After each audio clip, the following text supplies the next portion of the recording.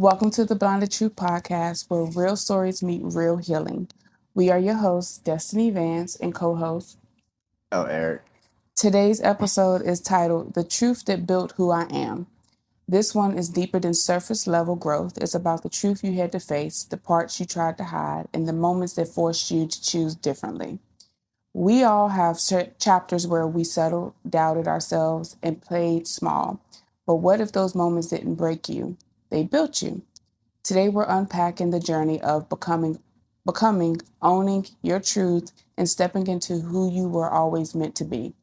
This episode is powered by Destiny is by Choice Support Services, and I'm so glad to have again with us Miss Angie Dillon, aka Peaches from the Peach State. Um, You came on a True Shot and talked about selling yourself short. Your truth is not up for sale. And we had to do a part 2. Yes. So this is technically your part 3 Yes. because your episode was just so deep. And I was telling Eric that your story, I think people see you and they be like, her, and then they hear your story, they're like, oh, okay, I didn't know that. Yes. So I'm gonna start off with one question, then you gotta follow up. Okay. Who is Angie? Oh my gosh, I thought you never asked. Well, with that being said, of course, I'm Angie, by way of Georgia, here in Roanoke, moved here like 18 years ago. So, mother of 5, grandmother of 10, wife of 1. Yes. Woman of God, um, business owner, many different titles. I can say that. Friend, sister, cousin, mentor, you name it. A woman with many titles. Um, I came here to Roanoke, not sure of why I accepted the move, but quote unquote I did. But I came here with a purpose, and I've stuck to my purpose. Yeah, you really have. I remember when you first got here, and I had never met Rick, but he was family. That was crazy. And I was kind of like, I don't know, our relationship formed in the weirdest way. Yeah, that's the introduction of Destiny is like, well, Robin has a daughter, Destiny, but Destiny's off the chain, and I was like, where is she? It sounds quite familiar. So I gravitated to that because being from crazy Georgia, being real, and coming to a place unknown and meeting somebody that I could relate to in a different place. So I was ready for the challenge, So where they was like, I was like, yeah, where she's at. You know what I'm saying? Somebody that I have always, well, not somebody, you have always been somebody I could be totally honest with. No judgment zone, didn't care. We talked it out, we fussed it out, we cried it out, we've done all of that. But you have been one of the ones that I can tell anything to and don't have to worry about it going anywhere or being taken out of context. It's just like, oh, okay. So where do we go from here? Yeah. You say you can always tell me, but you know the craziest thing? I can remember being so scared to tell you I was pregnant when I was young. I was like, she's going to kill me. And Brandon was like, you could tell mom. Mom is not going to care. And I was like, and it was scarier than telling my mom. It was scary I was like, what have I done?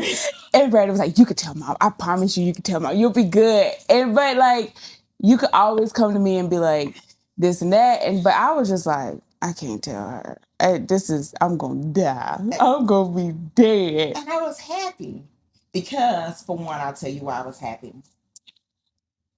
Early pregnancy taught me something. It, to me, of course, was not planned, but it catapulted me into a place of purpose. Mm-hmm. So, with that being said, I knew it was no longer about me. And knowing the relationship that I had with you, I knew as much as you took care of Jamise, who in their right mind would sit and untangle and knock the balls for days? That was her thing. Her and Jamise always was very, very close. I mean, she would have probably never went to see the Grinch or whatever they did downtown in the cold. Never, ever, ever if I had to take her. Destiny, you've always been that one for my child to take her everywhere she wants to go. I don't want to go. Well, Dickens of Christmas. Every single year. Who went? She went. I'm from Georgia. You don't see peaches out in the wintertime. So with that being said, coldness is not my thing. So I knew you were going to be a great mom because I watched you with Jamise, you know, and even being pregnant still with Joe, making sure Tita did what she was supposed to do. Yeah. You know, being that hands-on, you know, with the motherly thing. But you were picked for purpose with that one. So I was kind of like, if anything's going to get her, this pregnancy got her. Because she got to think before she nut, before she buck. Yeah. You know, you got to be like, okay. So it was nothing that was like, okay. So I was more worried about, okay, what is my cousin going to say? So I'm kind of like, okay, if she put you out, I guess you got to stay with me. Yeah. But it was like, okay, where do I go from your transformation? How can I be as hands-on as you were to show you how much I appreciate you for everything you did, you know, with Jamise and being my very first assistant. Let's not forget about that. Yes. See, people don't like to believe I know about hair and how to wash hair, how to take care of your hair, the things you do and do not put in your hair. And I be telling people, like, even though I am not a hairstylist, I know what I'm talking about. That means grease does not go in your hair because it weighs down your hair. You cannot put that in there. You can't do that because it weighs it down. Certain products that says that it's going to help it grow. That doesn't mean it's going to help it grow. You need some stem cell to help it grow. Period. Thank you. You know, so thank you. Being the on the scene person, always, no matter what idea I had, you know, birthday parties, Destiny's there. Beauty salon, all right. Cleaning, all right. That was her thing. Her and Robin them, they cleaned up on the weekend. Yep. Now come into the salon, all cleaned up, like never seen them, you know, come and go.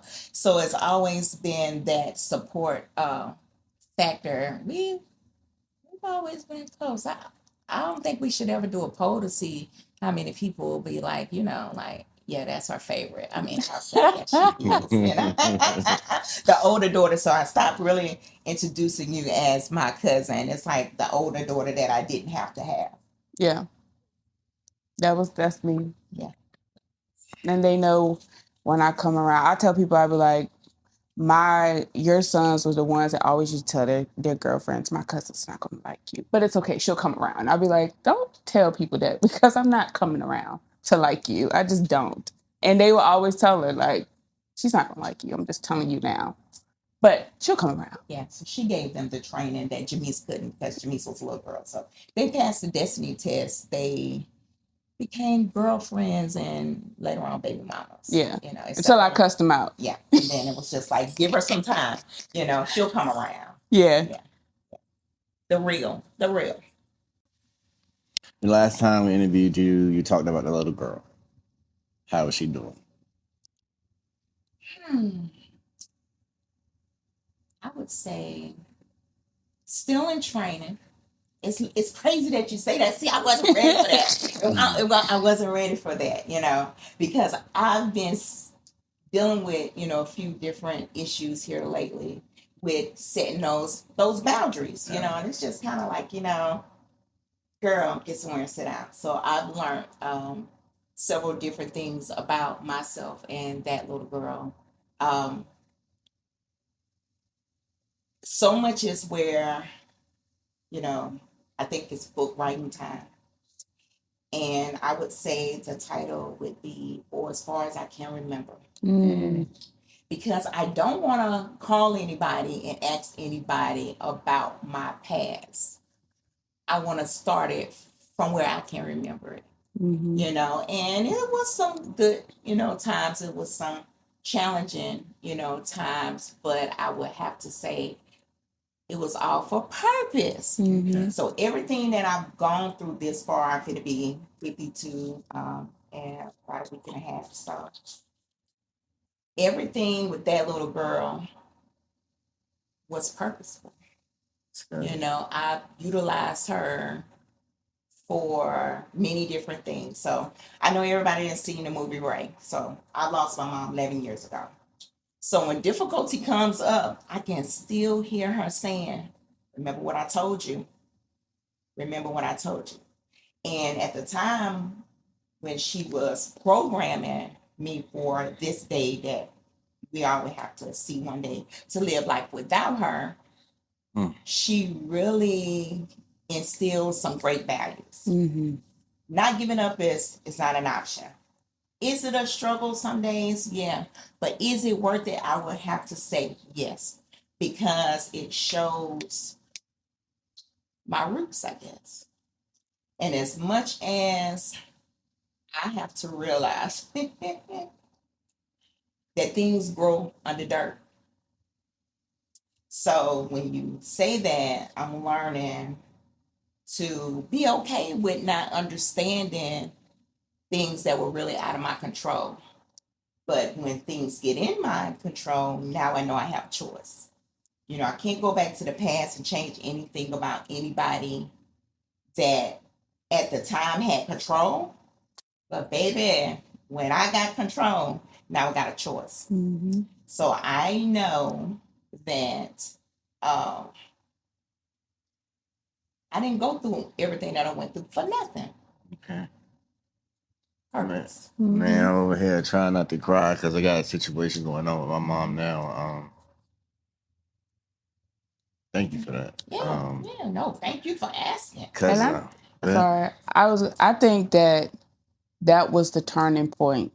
Like you had growth moments, like the steps, but I think when that happened, you had to kind of like not take one step, but kind of take a leap, because I still remember that day and it's I tell people it's something to see God break somebody down to where he wants them to be. And I think that moment really broke you down to the point where you had no choice but to lean on him, because to see, like, I've seen her cry before, but to see her in a state of like trying to get her clothes together. And she was like, I just talked to her yesterday. And she threw stuff in the bag. And it was just kind of like, it was kind of like for me, like what, like literally like, what the hell? It was like, how could this happen? You know? And I think that was like the part that kind of like, that broke you down. And I think the other part that showed you like, the control is not in your hands was when everything happened with Brandon. Cause you were kind of like, we thought everything was set. We was like, all right, this is how it's gonna go. And then it was like, pew, no, it ain't. And we were like, again, what the hell? It was so weird. So I tell people like to be in that circle and see somebody be broken down, and you can see that God is like literally breaking them down to where they have to literally be like, I have no choice but to lean on God.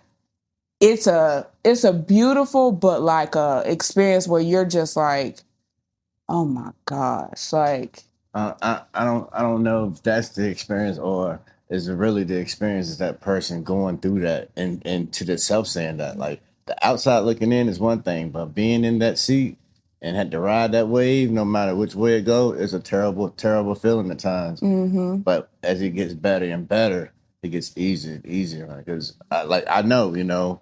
And with that being said, what do you think the main thing you was supposed to learn from that?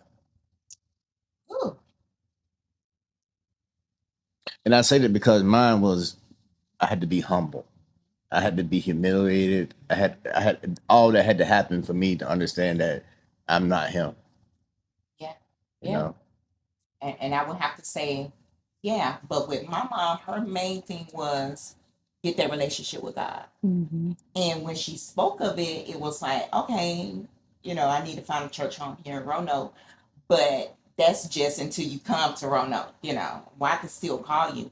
Never knowing that she was preparing me for that day, to come. And on our last vacation, I was telling my mom all about, oh, I'm starting this women's ministry. I told her all of my ideas. I told her that the Lord had told me to buy the pastor a robe. I mean, I'm telling her all of these great things, the plans and everything. And she's just sitting over there in the passenger seat, just like, okay, all right, listening. So when that day came, before my husband told me, um, something had happened. So he said, cancel all your appointments. And I was like, why? This my money we're talking about. Everybody know it. About her money, her kids, her man. So I said, what's wrong with my kids? He said, ain't nothing wrong with your kids. I said, what's wrong with my mama? He said, cancel all your appointments. So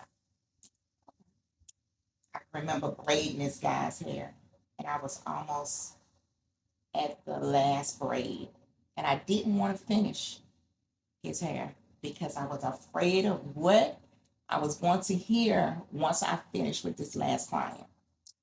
So I finished him up. I told my assistant at the time, I said, if my mom is not here, I'm going to be different. So be prepared for me to be different. She just looked. So he then called my husband. He trying to hold it in. Mm-hmm. I pick up the phone. I'm like, I gotta call my mama. You know what I'm saying? He said, I said, well, at least let me call the pastor. He said, he'll meet you at the house. Mm. That's when I broke. Is when he told me he was going to meet me at the house. So I got to the house. He broke down. He told me, pastor come in. And I didn't gave him a date to when I'm going to kick the women's ministry off. And I looked at him and I said, I'm going to stick to my date. And he said, you don't have to tell me that. I said, no. I got to tell you that because I told her that. Mm-hmm. My mama wasn't a person about disappointments and letdown. On my 40th birthday, not knowing 2 months later my mom was going to pass away, the Lord placed it upon me to call my mama and say, tell your mama, she's the one person that never disappointed you. Mm. So I said, Ma, I said, I know it's my birthday. She was like, okay. I said, but I need to tell you something. She said, what? I said, whatever you told me, you never disappointed me. Whatever you said, you meant that. I said, and I need to tell you that on my birthday. She said, for real, Angie? I said, yeah, and I want to tell you thank you on my 40th birthday. Still not knowing that these conversations was preparation for the next step, in life, which was ministry. But he was already preparing me, and I felt like the conversation of that ride down to Florida with my mom, I felt like she was ready when she knew that I was ready, because I'm like, man, she ain't gonna leave me without telling me bye. But it's like, I guess it ain't bye now that I'm seeing that it comes so unexpected, and I battled with myself by saying, what if I had known she was sick? Would it have been any easier? Maybe if I had ran to the bedside and just, went day after day after day and talked to her.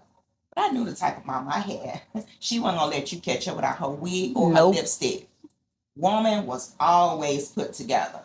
So that wasn't going to be her if she had a choice. So I was like, well, okay. So we get down there to Georgia, and I told him, I said, I don't believe this. I see her name. She's not at the house. Y'all don't have to show her to me. Mm-hmm. So they showed her to me. But my mama was a character. She always told me, if something happened to me and you don't let them put my makeup on me and my lipstick, I'm going to reach up and I'm going to slap you. So, of course, that was the first things first. You got to make sure everything belongs to Miss Beverly is there at the spot. But I could hear her the whole entire time guiding me, leading me through that transformation. But the scariest part was get to the funeral home and she said, if you having a hard time doing my eyebrows, you need to just let Rick come over here because it don't seem like you gonna get them right. And I'm like, lady, quit playing with me. You should be going on to be with the Lord or whatever. But she said, because she had experience, I lost my only sister at 27. I lost my father. I lost grandma. I lost a lot of dominant people, especially my sister. That was my age. She was supposed to be through life with me when my mom left, but she left first. And she said, I've watched you break down at the closing of the casket. So you do it. I said, whatever. She said, no. She said, because from this point on, you will never see my face again. You'll only hear my voice. So I said, she tripping. But okay. So I told the funeral director, I said, get my mama talking to me.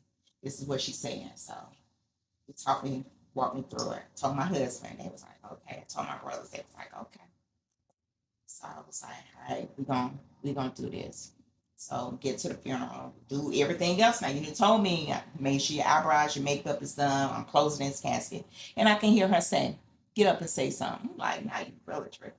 Because, I don't like to talk in front of people. This is my breakdown moment. Why I gotta be strong? I want to be weak. I want to cry like everybody else. Why? She was like, because we didn't have any coulda, shoulda, wouldas. Get up there and tell them that. I'm like, here we go.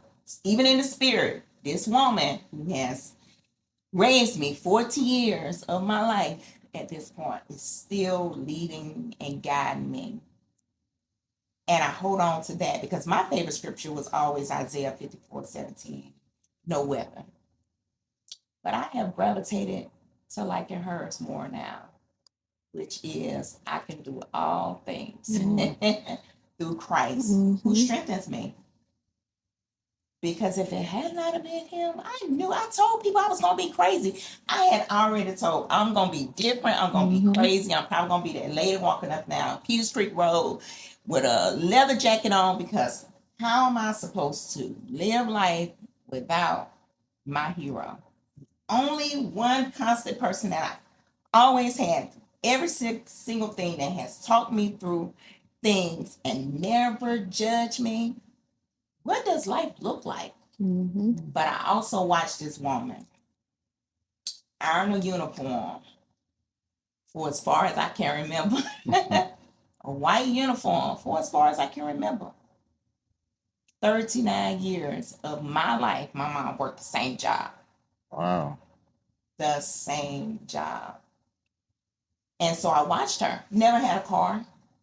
Never drove. But I always made sure that I didn't have an excuse of not to work. She always told me, it ain't where you live, it's how you live. So neighborhoods don't impress me. Materialistic stuff don't impress me. Love is what impressed me. Stability, structure, being able to handle business, I eat crab legs a whole lot now, but I ain't too proud to go back to what I thought was bacon, which was fatback back in my day. Because when you have things instilled in you, it's okay to change when things don't look the same. I always tell people I work as if I don't have a dime in the bank. But my mama always told me, you always put aside something for a rainy day. And with that being said, I live my life, that way of making sure that I can do. Credit card debt, I don't care nothing about that. They just gonna put it on my credit. In 7 years, we'll start over. Feed my kids, hey, that's my thing. That's my thing. So I'm gonna always not put all my eggs in this basket to try to have perfect credit cards. Who cares about it?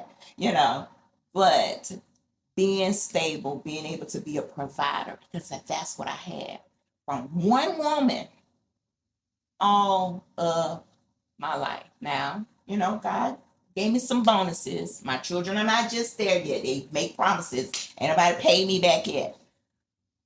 But with my husband, I have to tell him, be patient with me, because she instilled some things 40 years that at 51, you're going to have to give me a little grace, you know. We all anticipate things being forever. But at the end of the day, I got to be real with myself. It's not a fairy tale. Life changes. I've experienced life changing right before my eyes without having to say, wait, hold up, don't, you know. I told my son this not too long ago. And not to take anything from my spouse, but this is just me being real. He said, Mama, when I make it big, I'm going to, give you this and give you that. You can't tell me that, Brandon. You want to know why? Because I've been disappointed by more men in my life than I have women. That was another little girl moment. That was a real moment to really come to grips to say, Mama, that's all I had. So let me ask you this. How do you, because like with me, like I try to prepare my kids for if I'm not here, but you kind of gotta have the balance of not stressing them out or be overbearing. Like you gotta do this. So how do you try to find the balance of preparing them? Like I ain't gonna always be here. So what? It's the strongest kid you go to. At first having the older ones, you think you gotta go in numerical order. You start from the oldest down to the next and go forward. But then once life starts throwing you lemons and you start making lemonade, sometimes your plans have to change.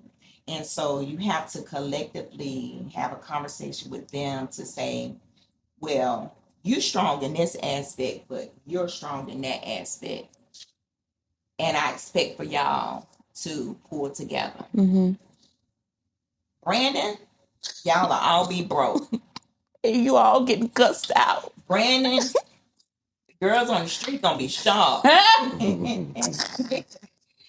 Cheese, he gonna feed you. Yeah. First field trip gonna be y'all going to the store. Tootie, we gonna cook what's here. Jamise, I don't want no parts of this. Y'all figure it out. Sarita, y'all got some noodles. Yep. So you have to really start looking at who's the stronger, one of them. Because I can say that my oldest one wouldn't be able to handle.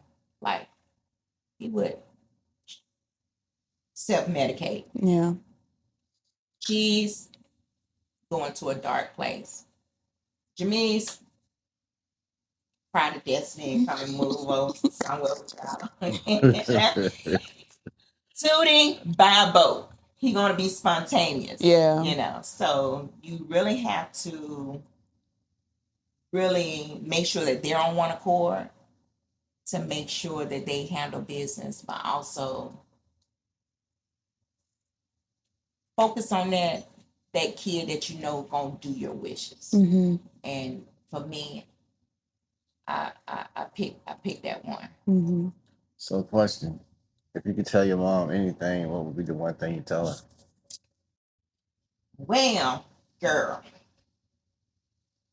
you made me strong, but sometimes sometimes I'll tell you didn't teach me no boundaries. I was the baby, and I've never been no bigger than maybe 100 pounds soaking wet.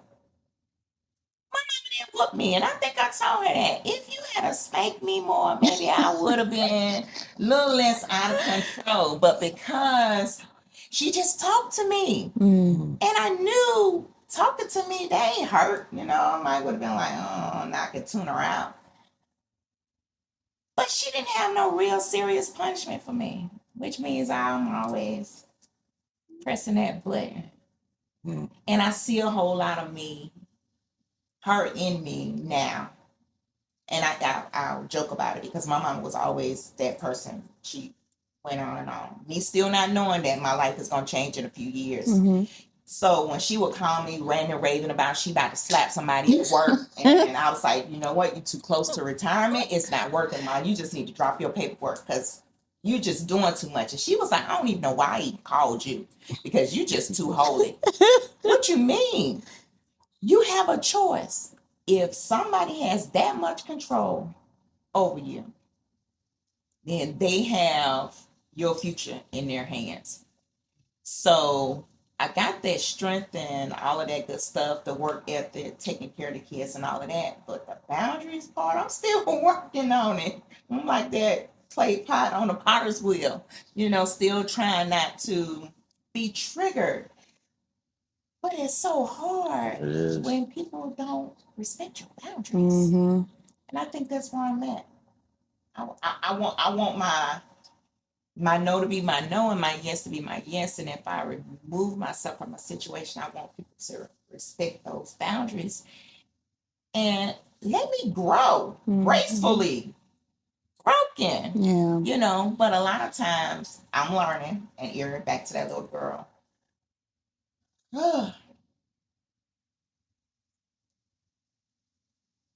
People will only do what you allow them to you. So your response is still your responsibility. I know that. I get it. I hear it all the time. But sometimes it's hard to put that into action when you're not ready. Perfect example, I'll tell you why I say that. My brother always said, you keep going through the same thing over and over because you keep getting caught off guard. So they make umbrellas and raincoats for a reason. Mm-hmm. But if you never decide to purchase one, when that rain comes, you're never going to be prepared.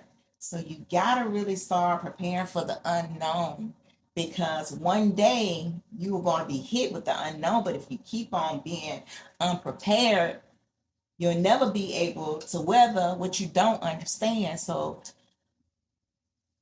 I be having these talk myself down, detonate my own bomb, don't let wire red touch yellow. It might be combustion, But I'm trying to navigate this thing by not letting my good be ill spoken of.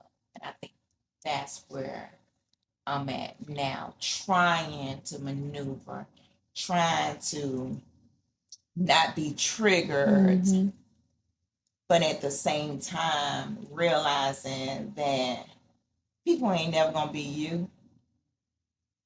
The grace you give, people ain't never gonna give you what you would give them. And that was like that was a lot to take in. A whole lot. I'm like, if it had been Sunday morning and he was doing this and I had my girdle on, I would have probably burst, But it's like it's just a whole lot of But I need this to continue to grow, to get into that full potential where God has me to continue to be that woman that I was designed to be. And you can't pour no water on her. I can't be watered down. Just give me grace. Like I keep giving you grace. Like grace should go both ways. So when you see women that has kind of like the same story and journey as you, how do you respond? Do you be like, girl, I've been there before? You kind of be like, just. Oh yeah. I like a challenge. I like, for one, in order to get that type of person, they gotta be willing to be transparent. I know liars. I done met some liars. I know, girl, that ain't right because you done forgot what you done told me. I'm a sponge. The only way you're going to get past things is if you go through them. So I tell them, hey, I've been married for a long time, but hey, we ain't really been Ike and Tina. It might have been Tina on Ike, but being spoiled, being very protective of. Sometimes I think I've been protecting myself from not really me, but people. Yeah. From people, because I've been through some stuff. Mm-hmm. I've been through some stuff. But if I can get a person to be honest with me, then that'll give me the open door to be able to have a platform to say, you can do it. What's your skill set? Yeah. I don't like we. She talk about transformation. One of her assistants came to her where the school system, I think she was in special education? And this, when she started, to give a little perspective, she was still drinking out of a bottle, all on the floor. Angie took her as her assistant and transformed her into a hairstylist to the point she is a hairstylist people go to, has her own shop, does hair. And when Pastor Eric sees her now, he's like, I remember when she was at my school and this is how she was. And she took her and transformed her. And all of her assistants, what I love is they come with something. And she takes that something and like, okay, you can keep doing this something or you can do this, but they're talented. They have once she can get them to see like where they are, like who they are, what they can become, she transforms them. She has patience. I think more than what she knows, because if you sit in the shop for a day with her, you'll be like, so this is why I do what I do and you do what you do. And I just be like, because there were times I would work in the shop and I was like, I'm going to close because this is not. The things people come in and request and the things people say and do, I'm like, you're a good one. So I think she doesn't realize how much patience she has because to take people and just let them, I don't have the patience. You got it. Quick question. How did you know when you was ready to become a minister? Oh. And the reason I asked that, because I just started going back to church 2 years ago. I've been to discipleship school. My mom's an ordained minister. I got like 9 preachers in my family. I ran away from God. Found, I don't know if I can say found, but he tracked me down and said, you can't do what you're doing no more. It's either this or that. Chose him. And when I'm in church, I be hearing stuff saying, you're going to be a deacon, and I be telling people, and then they be telling the pastor, was doing an interview, and now sooner or later I got to do a sermon, and I just know it's in me, but I'm still fighting it, and I be holding on to stuff like slot machines, just so that I ain't 100% right. You never will be. Before you answer, when I got called, to see what you went through, I never forget going to Pastor Eric. And I said, so, this is what scared me was his mama showed up in my dream. I was on the treadmill. I was running and she was behind me and she said, stop running. And you know how she would, and I was like, and it scared me. It was kind of like a, but to see what she went through when she got called, I said, clearly this was not for me, God. I think you have somebody else that you have in mind. And I never forget, I was in the bathroom and God told me turn to Exodus. And it was where Moses was at the burning bush. And he was like, no, I'm not going back. And I was reading it crying. Yeah, because we used to play a lot. We did. And we play a whole lot about that. But I can say for you, and this is the Holy Spirit dealing with you, what you said. You know. But the hardest thing is people reminding you of who you used to be. Mm-hmm. That was your training grounds. Mm-hmm. That was your training ground. Every single thing that you've gone through, I've gone through in life, was training grounds, for me. So if you don't have the experience, you won't get the call. How are you going to tell somebody about something that you can't relate to? All right. Didn't realize my sister back then, they called them rock stars. I was like, rock stars? She like rock music. I was like, no, she's a crackhead. I was like, don't talk to my sister. Don't be talking about my sister like that. That's my sister. You know what I'm saying? And so I went through that. And because she was still my sister, she would wake me up in the middle of the night and, Angie, you want to go to the store with me? And I'm like, yeah, come on, sis, let's go to the store. She was like, but you stay right here. I'm going to go right here. My mama waking up and not realizing that, realize I'm not in the house because I'm down here walking the streets with my sister. So when God take you through some things of protection, then you know what I'm saying? Because they could have snatched me while snatching her. So, okay, I could experience, what I'm saying, what it looks like to have druggies in your family. Seen that. But if you ain't never had that, you don't know how to relate. It ain't always going to be like that. One of my closest friends just passed away about a year and a half ago. And we're doing a funeral. And they asked me to officiate. I'm like, sure, I'll officiate. So I'm officiating with one of the preachers. He said, is her sorority sisters here? And I was like, I don't know. You gonna ask them? Because sorority. He said, I'll ask. He said, she got any sorority sisters? Nobody stood up. I said, see, she was in a sorority. I was in a gang. He looked back at me like, what? I mean, hey, I had my gang days. Mm-hmm. You know what I'm saying? So, hey, all right, training ground.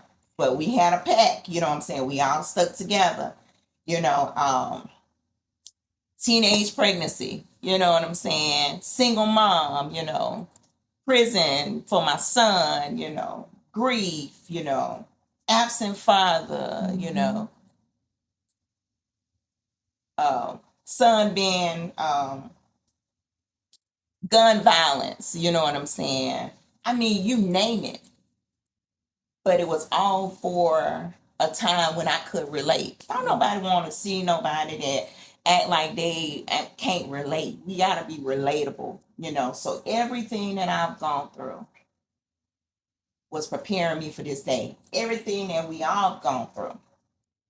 But I didn't think as much bad words came out that it could be used for good words. So that was really the test. You want me to say, what? You already know I had more cuss words and I've had holy words. But when I submitted myself to him, he changed my talk as well as my walk. Mm-hmm. But you know that you know that you know because you ain't no turning back. When God started talking to me about ministry, I was sitting at my table and I was drinking a bottle of wine. And I said, well, if I drink this whole bottle, maybe you'll go find somebody else because I'm sure I'm not your girl. You know what I'm saying? So, and we're not talking about the little one. It was a big bottle. And I said, well, okay, all right. I'm sitting here. I'm trying to mind my own business. And I got to the bottom of this this bottle, and I ain't feeling nothing. So I'm like, oh, you got jokes, right? So you just changed my wine to water. So I was getting ready for a cruise. I love to be in the club, down south, shake that. Go in there, I'm so uncomfortable. Mm-hmm. Like, why am I even in here? So I was like, all right, I'm going to take me a couple of shots. This going to be the deal breaker. God, if I don't get drunk after taking these shots, okay, you got me. I said, all right, well, you ready to go back to the room? I was like, this is the last shot because I've been telling my husband, It's getting real. Okay. Text the pastor. We need to have a conversation. Mm-hmm. Because everything that I was trying to do to get him not to talk to me, Yes. it was like a reversal. You know, it was a reversal. It was just like, well, I can't drop it like it's hot, like I wanted to. Can't get drunk like I wanted to. I'm so uncomfortable. So this got to be what I got to do. And with tears in my eyes, I think the hardest thing, though, Eric, was for me to tell my husband. Mm-hmm. The hardest thing about ministry and accepting my calling was telling my husband. Because to me, that can't be cool. Who wants to be married to a preacher? Not knowing that, you know, I still wear my J's and my holy jeans, and the Holy Spirit will convict you. You might see some pastors might see this on here, but the standpoint that I'm going to leave with you on this journey, any of us, you ain't got to have a call in ministry, a call, whatever the call is in your life. The Holy Spirit is a corrector. Mm-hmm. If you're out of order, people don't have to correct you. He's going to correct you. So when you get that kind of correction, that's when you know that you out of order, you know. And I know he has been, because when I haven't played the slots in 3 weeks, and when I would play, even if I hit, I felt bad. I'd be like miserable. You be miserable. Miserable. I'd be so miserable. I put the money back in the machine.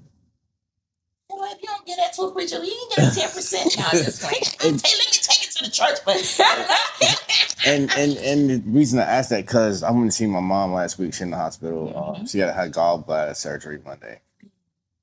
And out of 50 years, just being around my mom a whole lot, I mean, I'm her baby, you know, and just talking to her, I asked her to pray. Let's pray.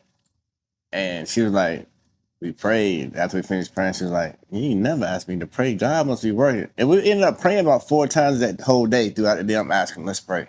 Let's pray. Let's pray. And I'm trying to figure out where is it coming from, because I had never been that prayer type. We can work it out, you know. Right. That's God. When the lady at the church would call me and say, Angie, you got scripture. No, you got prayer in the morning. I said, let me do all welcoming announcements. She was like, no, girl, you going to pray. I was like, let me do welcoming announcement. I would find myself trying to practice a prayer. I'd be like, all right, I'm going to try to sound like everybody else. You know what I'm saying? And to be completely honest, like, I wasn't feeling this today. I got a lot going on in my head. You ain't got to tell me. I'm going to give you a little secret. You don't got to tell me. You want to know why? The gift of prophecy is real. From the first time I saw you, I know it's something different. I know you when you're good. I know you when you're not. I already know that. Because God has showed me you in the spirit. You're carrying something. And though we're here talking about, you know, getting through things, we have to get through things together. Mm-hmm. That's what brings us together, because sometimes you may think you're the only person going through it and can't nobody relate. Hey, might not be the exact same situation, but we on the same street. We got the same exact address, because spiritually, I feel your spirit. Now, we are called to be prayers one to another. We're supposed to carry each other's burdens and griefs and all of that good stuff. And when you know it, you know it. And the reason why I could feel it, you know, because it's like Eric ain't his normal, you know what I'm saying, self, not in a bad way. But it's time for you to do what's been troubling you, and then you'll feel free again. And it's just let go and release. Just come on, join this good old team of, you know. Yeah. Because it's real, but it's necessary. Mm-hmm. I couldn't go through what I go through if I wasn't in a place where I'm at right now. That I know what certain scriptures mean, to cast your cares upon him. I know what it is to be, yea, though I walk through the valley, you know. I know so many different things, and if it had not have been for the Lord who was on my side, I would have been then lost it. I try to keep it together because I've been prone to having to try to keep it together. Because when you've been conditioned, like I've been conditioned, like my mama, I told you I had a mama like Ray. You know what I'm saying? Girl, you better put one foot in front of the other one. You can do this. You know what I'm saying? Even though you having a bad day, ain't nobody got to know you having no bad day. Pick yourself up. You know what I'm saying? So I have to continue even when it doesn't look right, even when it doesn't feel right. And it's like, God, me? But he's carried me through something that should have broke me a long time ago. Eric, a long time ago. When I thought I could have been doing ministry from the inside of a prison. He said, no, I need what I've taken you through to help somebody else. What does it feel like to seem like everybody has counted you out and that you ain't never gonna be able to get to your full potential because you started counting me out before I even got started? But when you got somebody that's before you, you ain't got to worry about who's against you. And no matter what people say, he gonna always clear it. Because I was hood, but now I'm hood holding. It is what it is. And when you hear people say, if he did it for you, he'll do it for me. You know what I'm saying? But every single thing that he's took me through, I ain't scared to go to the projects. I still look like them from me. I still look like that welfare recipient to me. I know if my ends on me, you can get a little quick little check, but it ain't working on nothing. You know what I'm saying? You spend it by the time you go to Foot Locker. But at the end of the day, I'm not afraid of anything that this world can throw at me because I've been through so much more that it's like, but I'm still standing. Okay. And with that, again, what would you tell that little girl? Girl, you finally getting it. It took you a little minute, but I feel like as long as you keep releasing, you'll get to where you need to get to. And don't forget what your mama told you. Not my daddy, as much as I want to be able to be, but she was like everything. If my mama said it, I could take that check to the bank. So listen to what your mama said. Okay. And that's since you has been, I can say, under her wing for years and learning from her. I know it's been a blessing because I've gotten to know Miss Angie a lot. And I say Miss out of respect. You already know. What will you tell your little girl?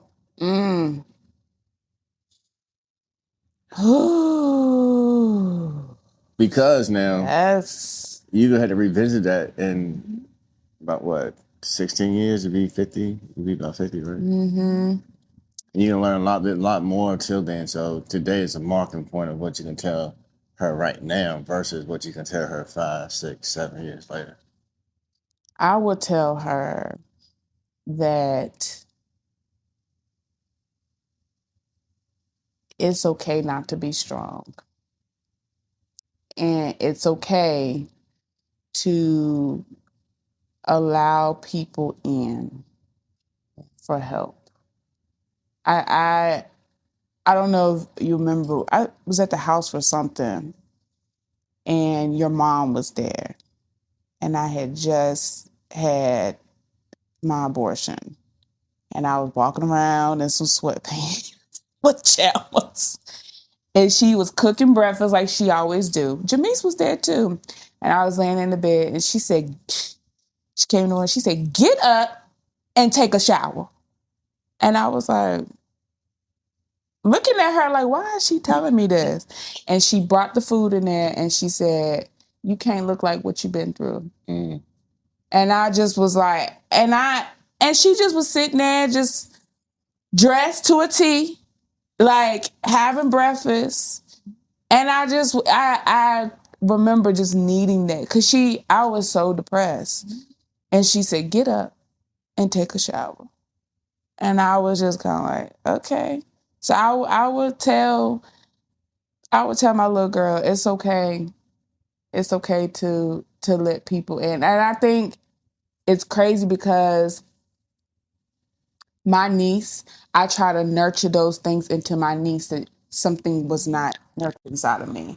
I try to tell her, like, it's okay to talk. I try to tell her, because I know what some of the things she's going through. So I would tell her it's okay. Okay, so by y'all saying that, I just want to say to all the women, thank you. On and off the camera, thank y'all for being in the world because we need y'all because y'all are the nurturers, y'all are the founding teachers, And to my mom, I'd just like to say thank you and I love her, because I know without her, I wouldn't be the man I am. And without her, I wouldn't know how to treat a woman, because I do treat women like I treat my mom. Even the ones I don't like, And it ain't too many. I did right. Yeah, that's a respect. It's like, gentleman. And cause from the person to the street walking lady to the lady in church, I give them all the same respect, That part. I got to because that's how I was taught. My mom taught me to treat a lady like a lady. Yeah. But I just want to thank y'all for being women, being strong women, and being women of how can I say, strength, and being not afraid to voice your opinions when needed, and carrying the message like we need y'all. So thank you, and take it away, Miss Destiny. I will start my closing. Like, yo, I know, right? You just listened to the Blinded Truth podcast, the truth that built who I am, powered by Destiny is by Choice Support Services. If this episode spoke to you, remember this. Who you are today was shaped by the truth you chose to face, not the truth you ran from, but the truth you own. Every setback, every moment you sold yourself short, every time you questioned your worth, it all played a part in building who you are becoming. Growth isn't easy, but it's necessary. Keep choosing you, keep doing the work, keep walking in your truth. And remember, your destiny is by choice, not by chance. And until next time, keep walking in your truth. Bye.